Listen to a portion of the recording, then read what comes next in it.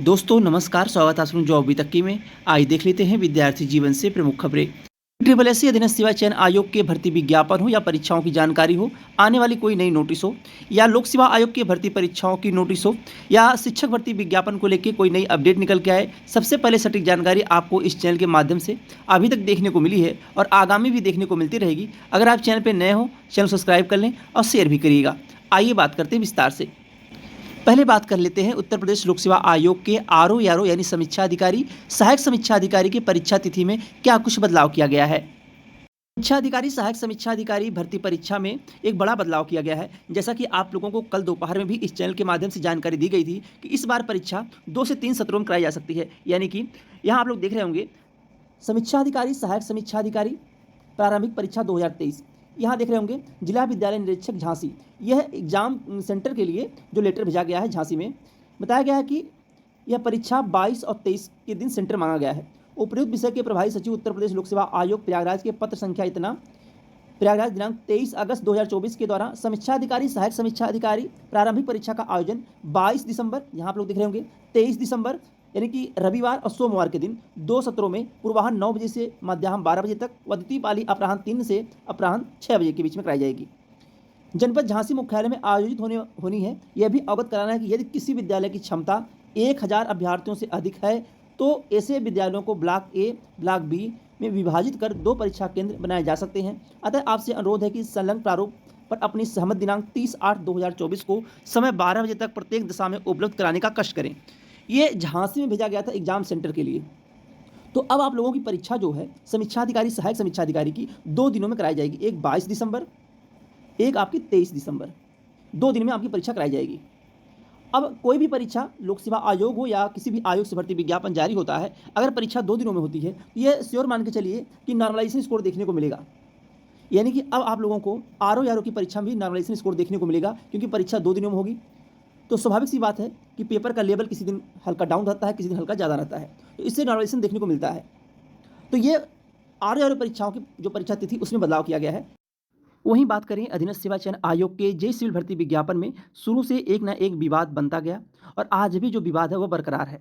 भर्ती अभी भी माननीय न्यायालय में लंबित है। पिछली सुनवाई हुई थी 28/8 के दिन, यानी कि 28 अगस्त के दिन सुनवाई कराई गई थी, जिसमें एक नई डेट मिल चुकी है अब 18/9/2024। यानी अब जो नई डेट मिली हुई है वो 18 सितंबर मिली हुई है। यहाँ आप लोग देख रहे होंगे 18 सितंबर को नई डेट मिली हुई है। और इस भर्ती में 2 ही पेंच ऐसे फंसे हुए हैं। पहला बीटेक को लेके और दूसरा जो है वो पेट को लेके, कि पेट में वह भी छात्र आवेदन करने का मौका मांग रहे थे जो पेट नहीं दिए थे। और बीटेक इरिगेशन डिपार्टमेंट को लेकर भर्ती माननीय न्यायालय में गई थी। अभी जो 18/9 के दिन सुनवाई है, यानी कि 18 सितंबर के दिन सुनवाई होने जा रही है, संभवतः वही लास्ट सुनवाई हो।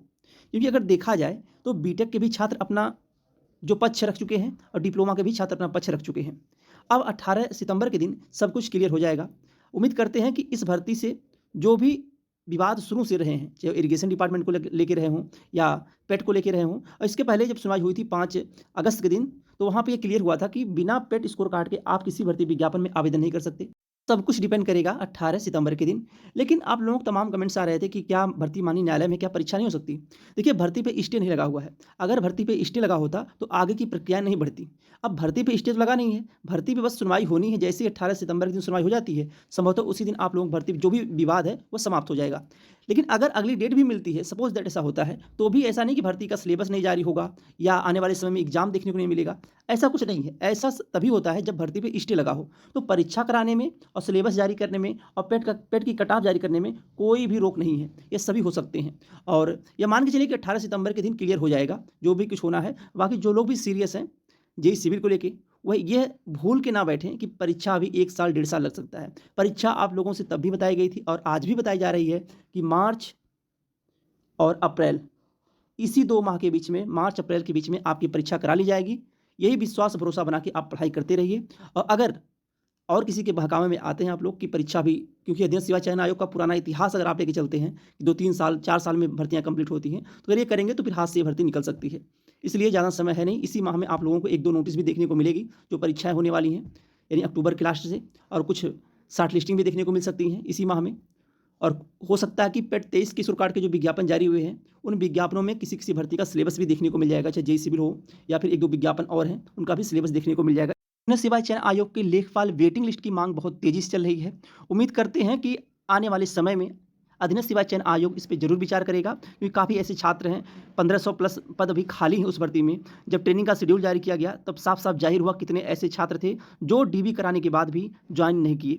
तो 1500 से ज़्यादा ऐसे छात्र हैं जो जॉइन नहीं किए, पद खाली पड़े हुए हैं। तो छात्रों की मांग है कि अधीनस्थ सेवा चयन आयोग जाके और एक डेट निर्धारित करके उस दिन जितने भी छात्र हैं जो लेखपाल डीबी दे चुके हैं, जिनका कट ऑफ में नंबर कम था, उनका सिलेक्शन नहीं हो पाया फाइनल में, उन सभी छात्रों को एक कोई डेट बताई जाएगी और बहुत जल्द इस चैनल के माध्यम से भी आप लोगों को जानकारी दी जाएगी कि कब छात्र जा रहे हैं अधीनस्थ सेवा चयन आयोग में।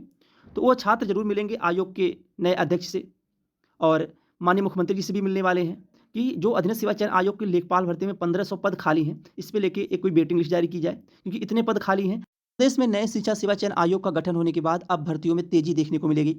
शिक्षा सेवा चयन आयोग की अध्यक्ष कीर्ति पांडे मैम अपना कार्यभार ग्रहण कर ली हैं, यानी कि अब आप लोगों को टीजीटी पीजीटी की परीक्षा हो या शिक्षक भर्ती आने वाली हो या असिस्टेंट प्रोफेसर की परीक्षा हो, अब आप लोगों को शिक्षक भर्ती में तेजी देखने को मिल सकती है और संभवतः बहुत जल्द आप लोगों को एक सप्ताह के अंदर अंदर नया भर्ती परीक्षा कैलेंडर भी आपको देखने को मिल जाए शिक्षा सेवा चयन आयोग से, जिनमें जो जानकारियाँ मिल रही हैं कि अब परीक्षा एजेंसी पर काम चलेगा 1 सप्ताह 10 दिन के अंदर और उसके बाद नवंबर के लास्ट दिसंबर माह में पहली परीक्षा कराई जा सकती है असिस्टेंट प्रोफेसर की, उसके 1 सप्ताह के अंदर अंदर टीजीटी पीजीटी की भी परीक्षा कराई जा सकती है। और तमाम ऐसे छात्र हैं जो मांग कर रहे हैं कि टीजीटी पीजीटी में जो 20,000 से लेकर 22,000 पद खाली हैं उन पदों को भी जोड़ा जाए, लेकिन संभावना बहुत कम है कि नए शिक्षा सेवा चयन आयोग में पुराने भर्ती विज्ञापन में नए पद जोड़े जाएँ अब। उसका कारण क्या है कि अब यह देखने को मिल सकता है कि जो 4100 पदों पे विज्ञापन जारी किया गया था उसकी परीक्षा होने के बाद टीजीटी पीजीटी की, उसके बाद अगर आने वाला विज्ञापन होगा तो एक बड़े पदों पे विज्ञापन देखने को मिल सकता है। बाकी जितने भी छात्र हैं उनकी मांग यही है कि 4100 पद और इसमें इतना आवेदन, इसमें पदों की संख्या यानी कि पोर्टल ओपन करके और जो नए छात्र हैं उनको भी आवेदन करने का मौका दिया जाए और पदों की संख्या बढ़ाई जाए। खैर आगे चल के क्या कुछ अपडेट निकल के आती है आपको इस चैनल के माध्यम से जानकारी दी जाएगी, लेकिन उसके पहले 5 सितंबर के दिन शिक्षा सेवा चयन आयोग में रजत सिंह के माध्यम से एक बड़ा धरना प्रदर्शन रखा गया है। साथियों नमस्कार, आप सबको सूचित करते हुए बताना चाहता हूं कि नई प्राथमिक शिक्षक भर्ती का विज्ञापन के लिए महाधरना 5 सितंबर स्थान शिक्षा सेवा चयन आयोग एलनगंज प्रयागराज में घोषित किया गया है, जिसमें आप सबसे उम्मीद और निवेदन किया जाता है कि आप सब अधिक से अधिक संख्या में आकर के इस महा आंदोलन को आप सब मजबूत करेंगे और जिससे ये सरकार तक एक दबाव बनेगा कि नई प्राथमिक शिक्षक भर्ती के लिए लगातार बेरोजगारों की फौज आंदोलन कर रही है और 69,000 भर्ती में आप सब देख रहे होंगे कि जिस तरीके से समायोजन करने के लिए रिक्त पदों पर कार्य कर रही है सरकार, उससे भी एक मैसेज जाएगा कि कहीं ना कहीं नई प्राथमिक शिक्षक भर्ती का विज्ञापन निकालना ही हर चीज का निस्तारण होगा। धन्यवाद साथियों। तो ये हो गई आज के भर्ती विज्ञापन परीक्षाओं की जानकारी। बाकी जैसे भी अपडेट निकल के आती है अधीनस्थ सेवा चयन आयोग हो या नए शिक्षा सेवा चयन आयोग से भर्ती परीक्षाओं की जानकारी हो, तो सबसे पहले सटीक जानकारी आपको इस चैनल के माध्यम से देखने को मिलेगी। अगर आप चैनल पर नए हो चैनल सब्सक्राइब कर लें और शेयर भी करिएगा। बहुत बहुत धन्यवाद। जय हिंद।